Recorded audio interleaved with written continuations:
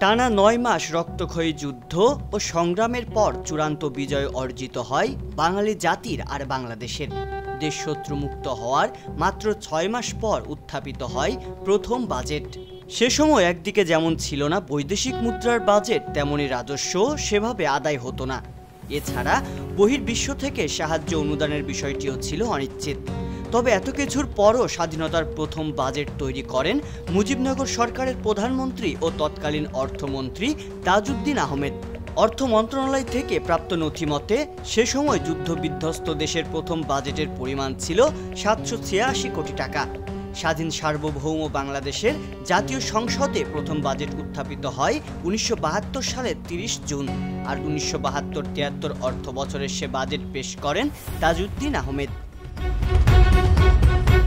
প্রথম বাজেটে যুদ্ধবিধ্বস্ত দেশের বিভিন্ন অবকাঠামো, কৃষিখাত আর শিল্পখাত পুনর্গঠন সহ সম্পদের অনিশ্চিত পরিস্থিতিতে উদ্বাস্তুদের পুনর্বাসনের বিষয়টিকে গুরুত্ব দেওয়া হয়েছিল।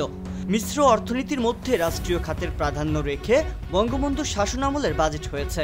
তাতে বৈষম্য কমানো, কর্মসংস্থান সৃষ্টি, বৈদেশিক প্রভুত্ব কমানো, স্বনির্ভর হওয়ার তাগিদ ছিল।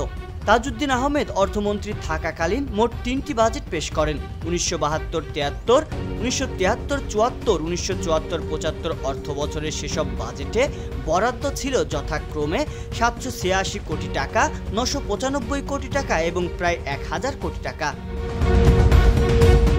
এদিকে স্বাধীনতা লাভের পর বাংলাদেশের ইতিহাসে সবচেয়ে বড় বাজেট ঘোষণা হচ্ছে।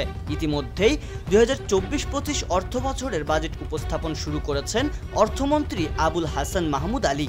৬ জুন বৃহস্পতিবার বেলা ৩টায় বাজেট উপস্থাপন শুরু হয়। টানা চতুর্থ মেয়াদে গঠিত বর্তমান সরকার ও দ্বাদশ জাতীয় সংসদের প্রথম বাজেট এটি। এবারের বাজেট বক্তব্যের প্রতিপাদ্য ধরা হচ্ছে সুখী, সমৃদ্ধ, উন্নত ও স্মার্ট বাংলাদেশের বিনির্মাণের অঙ্গীকার।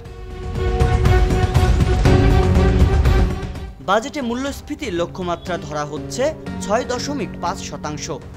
চলতি অর্থবছরের বাজেটেও একই লক্ষ্যমাত্রা ধরা হয়েছিল।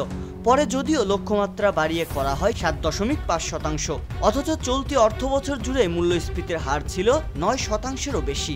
এদিকে আগামী অর্থবছরে জিডিপির প্রবৃদ্ধির হার ধরা হচ্ছে ৬.৭৫%। চলতি অর্থবছরে এ হার ৭.৫% ধরা হলেও পরে তা ৬.৫%-এ নামিয়ে আনা হয়। ২৪-২৫ অর্থবছরের বাজেটে মোট রাজস্ব আয়ের লক্ষ্যমাত্রা নির্ধারণ করা হচ্ছে ৫,৪১,০০০ কোটি টাকা। এর মধ্যে জাতীয় রাজস্ব বোর্ডের লক্ষ্যমাত্রা হচ্ছে ৪,৮০,০০০ কোটি টাকা। কর বহির্ভূত ও অন্যান্য আয়ের লক্ষ্যমাত্রা হচ্ছে ১৫,০০০ কোটি টাকা। কর ছাড়া প্রাপ্তি ধরা হয়েছে ৪৬,০০০ কোটি টাকা। আর বৈদেশিক অনুদান থেকে সংগ্রহের লক্ষ্যমাত্রা রাখা হয়েছে ৪,৪০০ কোটি টাকা।